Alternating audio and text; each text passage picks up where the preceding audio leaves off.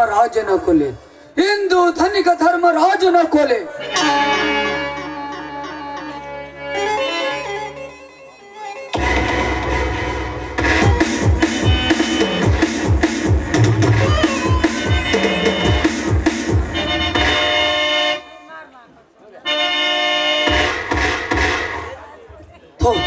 ಯಾರ್ದೋ scooter sound ಕೇಳಿ ಬರ್ತಾ ಇದೆ. ಇಲ್ಲೇ ಎಲ್ಲೋ ಅವನು ಕಿಸಿ ನೋಡೋಣ, ಸ್ಕೂಟರ್ ಯಾರ್ದು.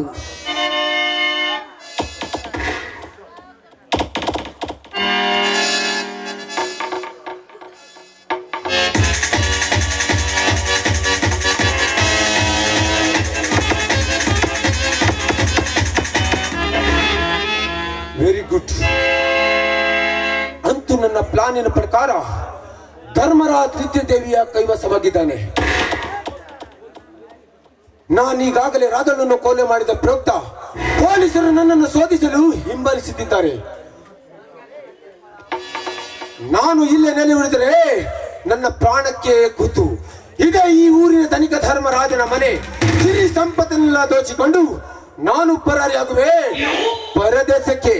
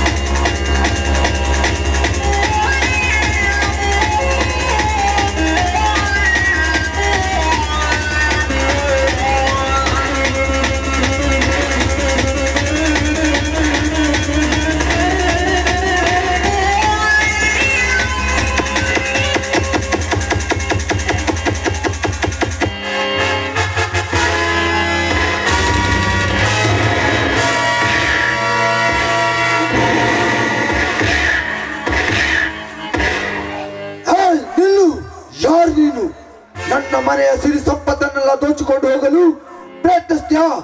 ನಾನು ಈಗಲೇ ಪೊಲೀಸ್ ಸ್ಟೇಷನ್ಗೆ ಫೋನ್ ಮಾಡ್ತೇನೆ. Hands up mister Dharmaraj, hands up. ನಾನು ಯಾರು ಅಂತ ಇನ್ನೂ ನಿನಗೆ ಗೊತ್ತಿಕ್ಕಿಲ್ಲಲ್ಲ. ಪೊಲೀಸ್ ಕಂಪ್ಲೇಂಟ್ ಕೊಡ್ತೀಯಾ? ಕೊಡು. ಆದರೆ ಪೊಲೀಸರು ಇಲ್ಲಿಗೆ ಬರೋದ್ರೊಳಗೆ ನಿನ್ನ ಕಥೆಯನ್ನೇ ಮುಗಿಸಿಬಿಡುತ್ತೇನೆ. ಎಷ್ಟು ಧೈರ್ಯ ನಿನಗೆ? ನನ್ನ ಮನೆಗೆ ನುಗ್ಗಿ ನನ್ನನ್ನೇ ಕೊಲೆ ಮಾಡಲು ಹವಣಿಸ್ತೀಯಾ? ನಿಜ ಹೇಳು, ಯಾರು ನೀನು?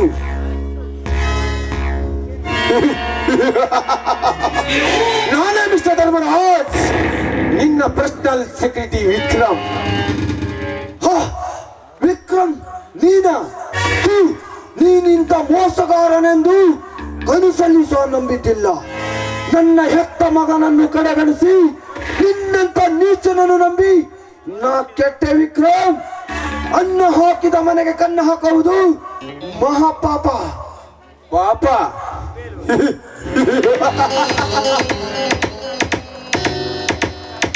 ಪಾಪ ಪುಣ್ಯಗಳ ವಿವೇಕ ಬೇಕಾಗಿಲ್ಲ ಧರ್ಮರಾಜ್. ನಾನು ಇಷ್ಟು ದಿವಸ ನಿಮ್ಮ ಫ್ಯಾಕ್ಟರಿಯಲ್ಲಿ ದುಡಿದಿದ್ದು ಏಕೆ ಗೊತ್ತೇ? ಈ ನಿನ್ನ ಸಿರಿ ಸಂಪತ್ತಿನ ಆಸೆಗಾಗಿ. ಇಂದು ನನ್ನ ಆಸೆ ಈಡೇರಿತು ಅಂದ ಮೇಲೆ ಇಂದು ನನ್ನ ಕೆಲಸಕ್ಕೆ ಕೈಕೊಟ್ಟು ಹೊರಟು ಹೋಗುವೆ.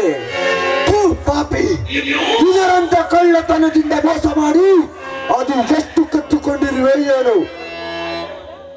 ಕರೆಕ್ಟ್, ನೀನು ಹೇಳಿದ ಹಾಗೆ ನಾನು ಸಾಕಷ್ಟು ಕತ್ತಿದ್ದೇನೆ. ಅಷ್ಟಲ್ಲ, ಒಂದೊಂದು ಸಂಸಾರವನ್ನು ನುಚ್ಚು ನೂರು ಮಾಡಿದ್ದೇನೆ. ನಿನ್ನ ಮಗ ಹಾಗೂ ನಿನ್ನ ಸೊಸೆ ಮನೆ ಬಿಡಲು ನಾನೇ ಕಾರಣ. ಅರ್ಥವಾಯಿತೆ? ಅಂದ್ರೆ ಅನ್ನು ಕರೆಂಟ್ ಬಿಲ್ ಕಟ್ಟಲು ಟೇಬಲ್ ಮೇಲಿಟ್ಟ 80,000 ರೂಪಾಯಿ ನಾನೇ ಕದ್ದಿದ್ದು. ನಾನೆಂತ ಪ್ರಯತ್ನವೆಂದು ನಿಮಗೆ ಚೆನ್ನಾಗಿ ಗೊತ್ತಾಯ್ತು ತಾನೇ? ರಾಸ್ಕಲ್, ನೀನು ಮಾಡಿದ ಕೆಟ್ಟ ಕೃತ್ಯಕ್ಕೆ ಏನು ಅರಿಯದ ನನ್ನ ಮಗ ಹಾಗೂ ನನ್ನ ಸೊಸೆ ಮೋಸಕ್ಕೆ ಹೋದರು. ವಿಕ್ರಮ್, ಬೀದಿಲಿ ಹೋಗೋ ನಾಯಿನ ಮನೆಯ ಸಿಂಹಾಸನದಲ್ಲಿ ಕುರಿಸಿದರೆ ಆ ಸಿಂಹಾಸನ್ನೇ ಗಲಜೆ ಮಾಡೋ ಜಾತಿ ನಿನ್ನದು. ನಿನ್ನಂತವನ್ನು ಸುಮ್ಮನೆ ಬಿಡಬಾರದು. ಪೊಲೀಸರಲ್ಲಿ ಬರೋಷ್ಟರಲ್ಲಿ ಸುಮ್ಮನೆ ಹೊರಟು ಹೋಗು, ಇಲ್ಲವಾದರೆ ಒತ್ತು ಹೊರ ಹಾಕಬೇಕಾಗುತ್ತದೆ ಮಗನೇ. ನಿಲ್ಲು ಮಿಸ್ಟರ್ ಧರ್ಮರಾಜ್, ನಿಲ್ಲು. ನಿನಗೆ ನಿನ್ನೆ ಪ್ರಾಣ ಬೇಕಾದ್ರೆ ಹೆಚ್ಚಕ್ಕಿತ್ತು ಮುಂದಿಡು. ನಿನ್ನನ್ನು ಜೀವಂತಾಗಿ ಬಿಟ್ಟರಲ್ಲವೇ ನೀನು ಫೋನ್ ಮಾಡುವುದು. ನಾನಿಲ್ಲಿಂದ ಪರಾರಾಗಬೇಕಾದ್ರೆ ನೀನು ನನ್ನ ಪಿಸ್ತೂಲಿನ ಗುಂಡೇಟಿಗೆ ಬಲಿ ಆಗಲೇಬೇಕು. ಅನಿವಾರ್ಷು ಈ ಗುಂಡೇಟನು. ಬೇಡ, ನನ್ನ ಮನೆಯ ಸಿರಿ ಸಂಪತ್ತನ್ನೆಲ್ಲ ದೋಚಿಕೊಂಡು ಹೋಗುತ್ತಿದ್ದಿಲ್ಲ, ತೆಗೆದುಕೊಂಡು ಹೋಗು. ಆದರೆ ನನ್ನ ಪ್ರಾಣಕ್ಕೇನು ಅಪಾಯ ಮಾಡಬೇಡ. ಶಿಲ್ಲ, ನಿನ್ನನ್ನು ಜೀವಂತಾಗಿ ಬಿಟ್ಟರೆ ನನ್ನ ಪ್ರಾಣಕ್ಕೆ ಅಪಾಯ. ನಾನು ಈಗಾಗಲೇ ಒಂದು ಕೊಲೆಗಾರನಾಗಿ ಬಿಟ್ಟಿದ್ದೇನೆ. ಈ ಪಿಸ್ತೂಲಿನಿಂದ 1ನೇ ಗುಂಡು ರಾಧವ ಪ್ರಾಣ ತೆಗೆದುಕೊಂಡಿತು. ಈ 2ನೇ ಗುಂಡು ನಿನ್ನ ಪ್ರಾಣಕ್ಕೆ ಪಾಳೆ ತಂದಿದೆ. ನೀನು ಒದ್ದಾಡಿ ಸಾಯದನ್ನು ನೋಡಿ ನಾನು ಪರಾರಿಯಾಗುವೆ ಪರದೇಶಕ್ಕೆ. ಅನಿವಾರ್ಷು ಈ ನನ್ನ ಪಿಸ್ತೂಲಿನ ಗುಂಡೇಟನ್ನು. ಬೇಡ ಬೇಡ.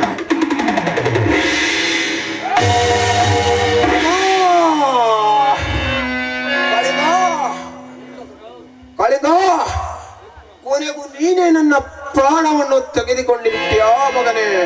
ಅಯ್ಯೋ ಅಮ್ಮ.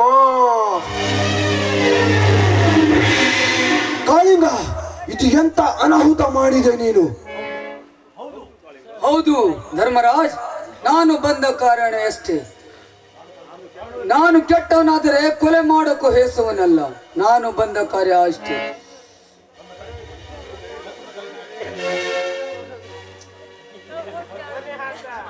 ನೀನೀಗ ಬಂದ ವಿಷಯ ನನಗೆ ಅರ್ಥವಾಯ್ತು ಕಾಳಿಂಗ. ನನ್ನನ್ನು ಕೊನೆಗಾಣಿಸ್ಬೇಕೆಂದು ಮಹಾದಾಸ ಇಟ್ಟುಕೊಂಡು ಬಂದಂತೆ ಕಾಣುತ್ತದೆ. ಆದರೆ ನನ್ನ ಮೇಲೆ ನಿನ್ನ ಸೇಡನ್ನು ತೀರಿಸಿಕೊಳ್ಳಬೇಕು ಆಸೆ ಇದ್ದರೆ ಬಾ, ನನ್ನ ಪ್ರಾಣವನ್ನೇ ತೆಗೆದುಕೊಂಡು ಬಿಡು.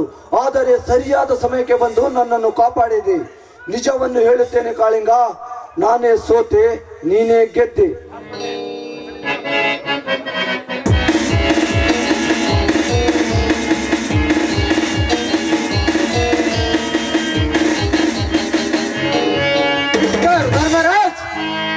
ವಿಕ್ರಮ್ ಎಂಬ ಆರೋಪಿ ರಾಧಾ ಎಂಬಳನ್ನು ಕೊಲೆ ಮಾಡಿ ಪಾರಾಗಿ ಬಂದಿದ್ದಾನೆಂದು ಕಂಪ್ಲೇಂಟ್ ಬಂದಿದೆ. ಎಲ್ಲಿದ್ದಾನೆ ಆ ಆರೋಪಿ? ಬನ್ನಿ ಇನ್ಸ್ಪೆಕ್ಟ್ರೆ, ಈ ವಿಷಯಕ್ಕಾಗಿ ನಾನೇ ನಿಮಗೆ ಫೋನ್ ಮಾಡೋಣ ಅಂತಿದ್ದೆ. ಅಷ್ಟರಲ್ಲಿ ತಾವೇ ಬಂದಿರಲ್ಲ. ಈ ಹುಡುಕಿಕೊಂಡ ಬಂದ ವಿಕ್ರಮ್ ಎಂಬ ಆರೋಪಿ ಇಲ್ಲೇ ಶವವಾಗಿ ಬಿದ್ದಿದ್ದಾನೆ ನೋಡಿ.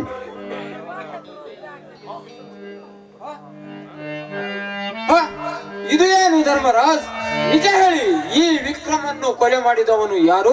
ನಿಜವನ್ನೇ ಹೇಳುತ್ತೇನೆ ಇನ್ಸ್ಪೆಕ್ಟ್ರೆ. ಈ ವಿಕ್ರಮ್ ನನ್ನ ಪರ್ಸನಲ್ ಸೆಕ್ರೆಟರಿ ಆಗಿ ಕೆಲಸ ಮಾಡುತ್ತಿದ್ದ. ಇದ್ದಕ್ಕಿದ್ದಂತೆ ರಾಧಾ ಎಂಬುವಳನ್ನು ಕೊಲೆ ಮಾಡಿ ನನ್ನ ಮನೆಯ ಸಿರಿ ಸಂಪತ್ತನ್ನೆಲ್ಲ ದೋಚಿಕೊಂಡು ಹೋಗಲು ಹಾವಣಿಸ್ತಿದ್ದ. ಅದು ಏನೇ ಇರಲಿ, ಕಾನೂನು ಕೈಯಲ್ಲಿ ತೆಗೆದುಕೊಂಡು ಕೊಲೆ ಮಾಡೋದಕ್ಕೆ ನಿಮಗೇನು ಹಕ್ಕು ಇದೆ? ನಿಜ ಇನ್ಸ್ಪೆಕ್ಟರ್, ಇದು ಸರಿಯಲ್ಲ ಅಂತ ನಾನು ತಿಳಿ ಹೇಳಿದೆ. ನನ್ನ ಮನೆಯನ್ನೇ ಕಳ್ಳತನ ಮಾಡಿದಲ್ಲದೆ ನನ್ನ ಪ್ರಾಣ ತೆಗೆಯಲು ಮುಂದಾದ. ಅದಕ್ಕೆ ನನ್ನನ್ನು ನಾನೇ ರಕ್ಷಿಸಿಕೊಳ್ಳಲು ಈ ನನ್ನ ಖಡ್ಗದಿಂದ ಅವನನ್ನು ಕೊಲೆ ಮಾಡಬೇಕಾಯಿತು. ಇಲ್ಲ ಇನ್ಸ್ಪೆಕ್ಟರ್, ಈ ಧರ್ಮರಾಜ್ ಹೇಳ್ತಿರೋದೆಲ್ಲ ಸುಳ್ಳು. ಈ ಕೊಲೆ ಮಾಡಿದ್ದು ನಾನೇ. ಇಲ್ಲ ಇನ್ಸ್ಪೆಕ್ಟರ್, ಈ ಕಾಳಿಂಗ ಹೇಳ್ತಿರೋದೆಲ್ಲ ಸುಳ್ಳು. ಇಲ್ಲ ಇನ್ಸ್ಪೆಕ್ಟರ್, ಈ ಕೊಲೆ ಮಾಡಿದ್ದು ನಾನೇ. Stop it! ಇಬ್ಬರು ಕೂಡಿ ಕಾನೂನಿಗೆ ಹಾಸ್ಯ ಮಾಡುತ್ತಿದ್ದೀರಾ? ನಿಜ ಹೇಳಿ, ಈ ಕೊಲೆ ಮಾಡಿದವನು ಯಾರು? ಸಾಕ್ಷಿ ಸಮೇತ ನನ್ನ ಮನೆಯಲ್ಲಿ ದೊರಕಿರುವಾಗ ಮತ್ತೇಕೆ ಬೇಕು ನಿಮಗೆ ಸಾಕ್ಷಿ? ಈ ವಿಕ್ರಮನಿಗೆ ಆ ಕಾಳಿಂಗ ಹೇಗೆ ಬಂದು ಕೊಲೆ ಮಾಡುತ್ತಾನೆ? ಅವನಿಗೂ ಇವನಿಗೂ ಅದು ಏನು ಸಂಬಂಧ? ಅವು ಇಷ್ಟಾದ್ರೂ ಗೊತ್ತಾಗಬಾರ್ದೆ ಈ ನಿಮ್ಮ ಬುದ್ಧಿ. ಕರೆಕ್ಟ್, ನೀವು ಹೇಳುವುದೇ ಸರಿ. ಈ ವಿಕ್ರಮನ ಕೈಯಲ್ಲಿ ಇದ್ದ ಪಿಸ್ತೂಲು ಹಾಗೂ ಸೂಟ್ಕೇಸ್ ನೋಡಿದರೆ ಇವನು ನಿಮ್ಮ ಮನೆಯಲ್ಲಿ ಕಳ್ಳತನ ಮಾಡಿದ್ದಾನೆಂದು ಸಾಬೀತಾಗುತ್ತದೆ. ನೋಡಿ ಧರ್ಮರಾಜ್, ಕಾನೂನು ಕೈಯಲ್ಲಿ ತೆಗೆದುಕೊಂಡು ಕೊಲೆ ಮಾಡಿದ್ದಕ್ಕೆ ನಾವು ಸುಮ್ಮನೆ ಇರಲಕ್ಕೂ ಬರುವುದಿಲ್ಲ. ಕಾನೂನಿನ ಪ್ರಕಾರ ನಿಮ್ಮನ್ನು ಅರೆಸ್ಟ್ ಮಾಡಬೇಕಾಗುತ್ತದೆ.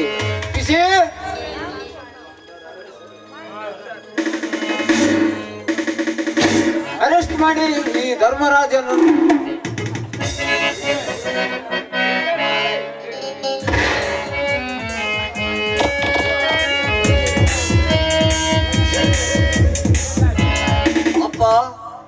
ಇದೆಂತ ಘೋರವಾದ ವಿಷಯವನ್ನು ನಾನು ಕಾಣುತ್ತಿರುವುದು. ಬಾ ವಿಜಯ್. ಜ್ಯೋತಿ, ನಾನು ಮಾಡಿದ ಪಾಪಕ್ಕೆ ತಕ್ಕ ಪ್ರಾಯಶ್ಚಿತ್ತ ಆಗಿದೆ. ಏನು ಅರಿಯದ ನಿಮ್ಮನ್ನು ಮನೆ ಬಿಟ್ಟು ಹೊರ ಹಾಕಿದ ಮಹಾಪಾಪಿ ನಾನು. ಬಾರಮ್ಮ ಜ್ಯೋತಿ, ನಿಜವಾಗಲೂ ನೀನು ಕಳ್ಳಿಲ್ಲ. ಈ ಮನೆ ಬೆಳಗುವ ನಂದ ಜ್ಯೋತಿ ನೀನು. ಹಾ, ಇದೇನು ಮಡಿಲಲ್ಲಿ ಒಂದು ಮಗು? ಮಾವ, ಇದು ನಿಮ್ಮ ವಂಶದ ಕುಡಿ, ನಿಮ್ಮ ಮೊಮ್ಮಗು. ಇವನ ಹೆಸರು ರವಿಕುಮಾರ. ಅಯ್ಯೋ ನನ್ನ ದುರ್ವಿಧಿಯೇ, ಚಿನ್ನದಂತ ಮೊಮ್ಮಗನಾದ್ರೂ ಎತ್ತಿ ಆಡಿಸುವಷ್ಟು ಪುಣ್ಯನಾದ್ರೂ ಪಡೆದುಕೊಂಡು ಬಂದಿರಬಾರ್ದತ್ತೆ ಈ ಭೂಮಿ ಮೇಲೆ. ಅಯ್ಯೋ ನನ್ನ ಪಾಪಿ ಜನ್ಮವೇ. ವಿಜಯ್, ವಿಜಯ್, ನಾನೊಬ್ಬ ಕೊಲೆಗಾರನಾಗಿ ಸೆರೆಮನೆಗೆ ಹೋಗುತ್ತಿರುವೆ. ನನ್ನದೊಂದು ಮಾತು ಪಾಲಿಸುವೆಯಾ? ಅದೇನು ಹೇಳಿ ಅಪ್ಪಾಜಿ, ನಿಮ್ಮ ಆಸೆಯನ್ನು ಈಡೇರಿಸುತ್ತೇವೆ. ನೋಡು,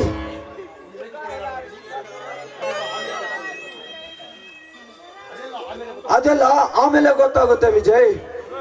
ನೋಡು, ಈ ಕಾಳಿಂಗ ಇಷ್ಟು ದಿವಸ ನಮಗೆ ವೈರಿಯಾಗಿದ್ದ. ಆದರೆ ಈಗ ನಮ್ಮಲ್ಲಿ ಬರುವ ಆಸ್ತಿಯ ಭಾಗದಲ್ಲಿ ಇವನಿಗೂ ಅರ್ಥ ಆದಾಯ ಸೇರಬೇಕು. ಇವನಿಗೂ ಅಂದೇ ಅವರಪ್ಪನ ಹೆಸರಲ್ಲಿ ಆಸ್ತಿ ಇತ್ತು. ಅರ್ಧ ಆದಾಯ ಕೊಡ್ತೇನೆ ಅಂತ ಮಾತು ಕೊಟ್ಟಿದ್ದೆ. ಈಗ ನೀವು ಕಾಳಿಂಗ ಇಬ್ರು ಅಣ್ಣ ತಮ್ಮಂದ್ರಂತೆ ಕೂಡಿ ಮುಂದಿನ ಜೀವನ ದಾರಿ ನೋಡಿಕೊಳ್ಳಿ. ಆಯ್ತು ಅಪ್ಪಾಜಿ, ನಾನು ಕಾಳಿಂಗ ಕೂಡಿ ಅಣ್ಣ ತಮ್ಮಂದಿರಂತೆ ಬಾಳುತ್ತೇವೆ. ಧನಿಕರೇ, ಘಟ ಸರ್ಪದಲ್ಲಿ ವಿಷವಿದ್ದರೂ ಕೂಡ ಅದರ ಹೆಳೆಯ ಕೆಳಗೆ ವಜ್ರದ ಅರುಳಿರುತ್ತದೆಂದು ಈಗ ಅರ್ಥವಾಯಿತು. ಬಾಬಾ, ನಾವೀ ಮನೆಯನ್ನು ಬಿಟ್ಟು ಹೋಗಿ 1 ವರ್ಷವಾಯ್ತು. ತಿರುಗಿ ಈ ಮನೆಗೆ ಬರೋದ್ರೊಳಗೆ ಇಂಥ ದುರಂತ ನಡೆದು ಹೋಯ್ತು.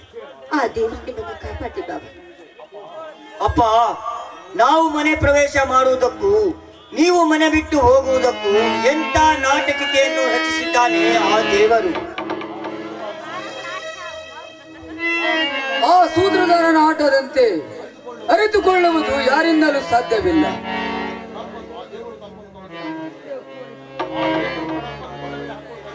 ಆ ದೇವರು ತನ್ನ ತಪ್ಪನ್ನು ಯಾವಾಗಾದರೂ ತನ್ನ ಮಡಿಲಲ್ಲಿ ಹಾಕೊಳ್ಳುತ್ತಾನೇನು? ಮಾಡುವವನೊಬ್ಬ, ತಿನ್ನುವನೊಬ್ಬ, ದುಡಿಯುವವನೊಬ್ಬ, ಬೇಡುವವನೊಬ್ಬ.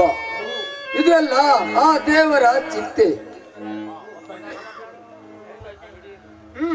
ಗೊತ್ತಾಯ್ತು, ನಡೀರಿ. ವಿಜಯ, ಈ ಬಾಡಿ ಪೋಸ್ಟ್ ಮಾರ್ಟಮಿಗೆ ಕಳಿಸಿ ಅವರಿಗೆ ಹೇಳ್ಕೊಂಬ. ವಿಜಯ್, ಜ್ಯೋತಿ, ಅಪ್ಪ, ಮಾವ, ನಾನಿನ್ನು ಬರ್ತೀನಪ್ಪ.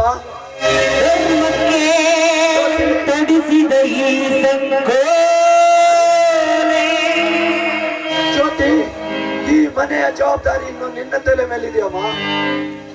ಇದು ಯಾರ ಪಾಲಿನ ವಿಧಿ, ಇದು ಯಾರ ಪಾಲಿನ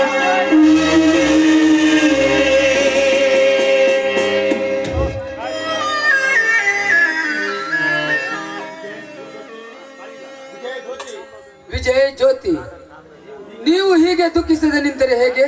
ಒಳಗೆ ಹೋಗಿ ದೇವರಿಗೆ ನಮಸ್ಕಾರ ಹಾಕಿ ಒಳಗೆ ಹೋಗಿರಮ್ಮ. ಓ, ನನ್ನ ಅಣ್ಣಂದ್ರು ಬಂದ್ರು ಅಂತ ಕಾಣುತ್ತೆ. ನಾನು ನಿಮ್ಮದಾರಿಯನ್ನು ಕಾಯ್ತಾ ಇದ್ದೆ. ಪರವಾಗಿಲ್ಲ ಬಿಡಮ್ಮ. ವಿಜಯ್, ನಿಮ್ಮ ತಂದೆಯ ವಿಷಯ ಕೇಳಿ ನಮಗೆ ಬಹಳ ದುಃಖವಾಯಿತು. ಪಾಪ, ಅಂತ ಪರಿಸ್ಥಿತಿ ಬರಬಾರ್ದಾಗಿತ್ತು ಅವರಿಗೆ. ಅಣ್ಣ, ಅವರವರ ತಪ್ಪಿಗೆ ಅವರೇ ಶಿಕ್ಷೆ ಅನುಭವಿಸಬೇಕು. ಧರ್ಮರಾಜರು 1 ವರ್ಷ ಶಿಕ್ಷೆ ಅನುಭವಿಸಿ ಮರಳಿ ಮನೆಗೆ ಬರ್ತಾರೆ ಬಿಡೋಣ. ಮಾಮ, ನನ್ನ ತಂದೆಯವರು ಹೇಳಿದ ಪ್ರಕಾರ ನಮ್ಮ ಫ್ಯಾಕ್ಟರಿಯಲ್ಲಿ ಅರ್ಧ ಭಾಗ ಕಾಳಿಂಗನಿಗೆ ಕೊಡುತ್ತೇನೆಂದು ಬರೆದುಕೊಟ್ಟ ಅಗ್ರಿಮೆಂಟ್ ಪೇಪರ್ ನೋಡಿ ಮಾಮ. ಇದು ವಿಜಯ್, ನಿಜವಾಗ್ಲೂ ನೀನು ದೇವ ಮಾನವ. ನಿನ್ನಂತ ವಿಶಾಲ ಹೃದಯ ಮತ್ತಾರಿಗೂ ಬರಲಾರದು. ವಿಜಯ್, ನೀನು ನಿನ್ನ ಮನಪೂರ್ವಕವಾಗಿ ಬರೆದುಕೊಟ್ಟ ಅಗ್ರಿಮೆಂಟ್ ನಿಜವಿದೆ ತಾನೆ? ಮಾವನವರೇ, ಆ ದೇವರಾಣೆಯಾಗಿಯೂ ನಿಜ. ಬೇಕಾದಲ್ಲಿ ಇದನ್ನು ವಿವರಿಸಿ ಓದಿ ನೋಡಿಕೊಳ್ಳಿ. ರಮೇಶ, ಇದರಲ್ಲಿದ್ದ ವಿಷಯವನ್ನು ಓದಿ ವಿವರಿಸಿ ಹೇಳು.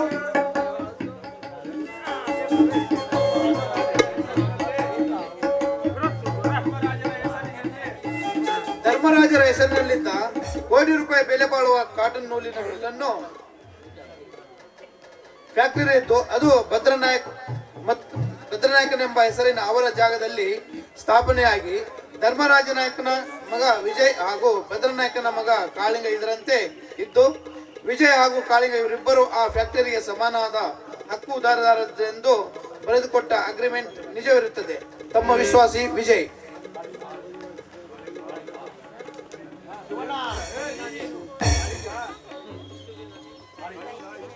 ಕಾಳಿಂಗ, ನೀನು ಇಷ್ಟು ದಿವಸ ಸಮಯ ಸಾಧಿಸಿ ಶ್ರಮ ಪಟ್ಟಿದ್ದಕ್ಕೂ ಸಾರ್ಥಕವಾಯ್ತು. ಇಂದಾದ್ರೂ ನಿನ್ನ ಮನಸ್ಸಿಗೆ ಶಾಂತಿ ಸಿಕ್ಕಿತೇನಪ್ಪ? ಶಿವಣ್ಣ, ಇಷ್ಟೆಲ್ಲ ನನಗೆ ಸಂತೋಷ ಸಿಗಬೇಕಾದರೆ ಇದಕ್ಕೆಲ್ಲ ಮೂಲ ಕಾರಣ ನೀನು. ನಿನ್ನನ್ನು ನಾನು ಯಾವ ಜನ್ಮದಲ್ಲಿಯೂ ಮರೆಯುವುದಿಲ್ಲ.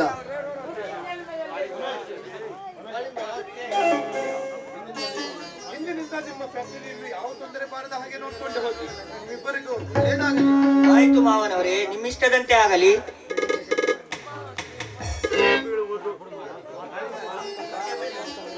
ನಾನು ಕೂಡ ಅಷ್ಟೇ ಜ್ಯೋತಿ. ನಾವೆಲ್ಲರೂ ಒಂದೇ ಬಳ್ಳಿ ಹೂವಾಗಿ ಬಾಳೋಣ ಬನ್ನಿ.